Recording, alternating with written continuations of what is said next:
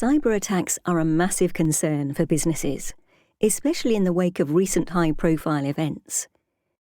It's critical to make sure that you have appropriate defenses and firewalls in place on your computers, and that patches and updates are applied swiftly to ensure protection is in place.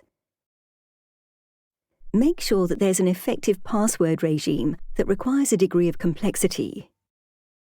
Make sure, in particular, that your email address password is really strong and completely different to everything else.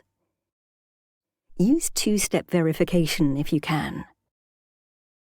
This will mean that you have an extra step to log in, such as needing a code to be sent to your phone.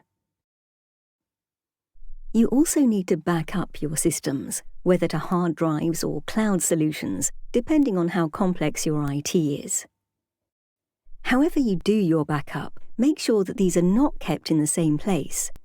Having the hard drive sat next to your computer will be of no use if you have no access to your office. You also need to make sure that you're regularly updating your backup. You know the volumes of data you have and how much this changes, but you need to think about whether this should be monthly, weekly, daily, or even more frequently.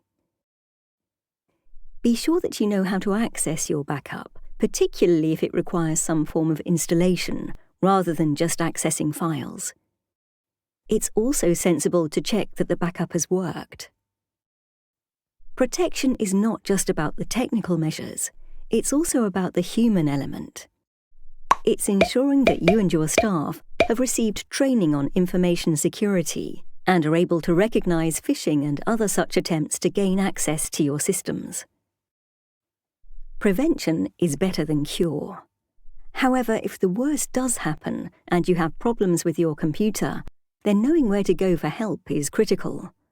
And report cybercrime to the police, Crime Stoppers, or Action Fraud.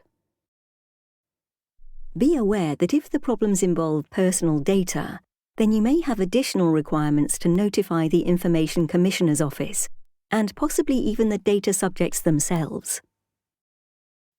If you do lose access to your IT systems, then you need to understand how you can work without access to that IT.